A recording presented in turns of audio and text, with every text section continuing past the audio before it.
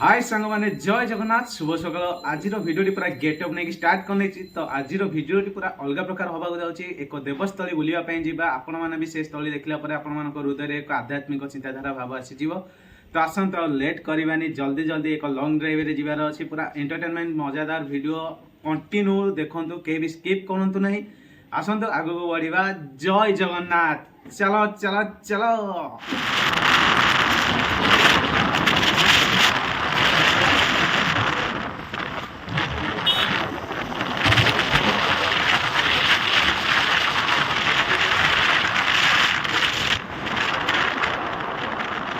finally सांग मैंने आसिक पहुँची जाइए बराल बालुंगेश्वर बाबा पीठस्थली में तो आसतु आग को बढ़ा एवं बाबा दर्शन करवा यही जगार केमी कौन रही बाबा कृपा करुणा भक्त एवं बाबा सहित जड़ित रही भक्तिर किसी झलक ये वीडियो माध्यम आपण मैंने देखा पाइबे तो आसतु आग को बढ़ा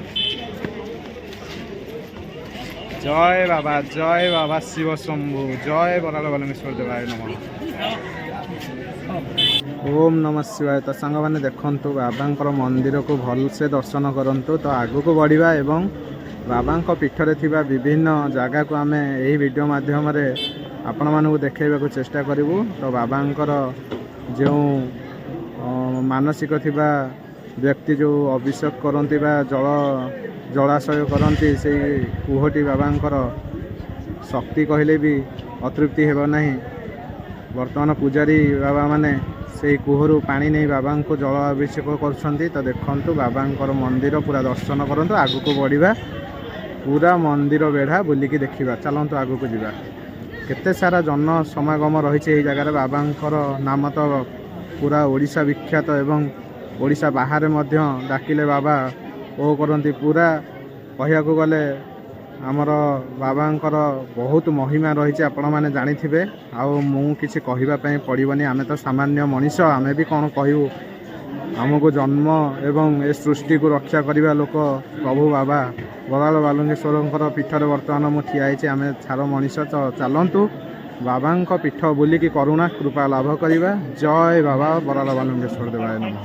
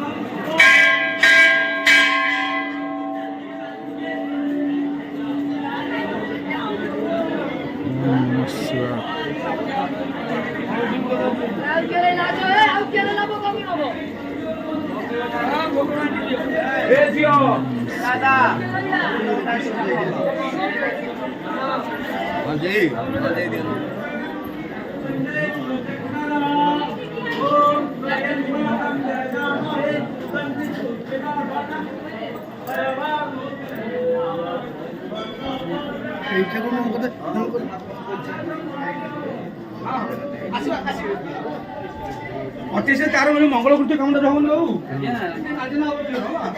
गोटे दिन आगे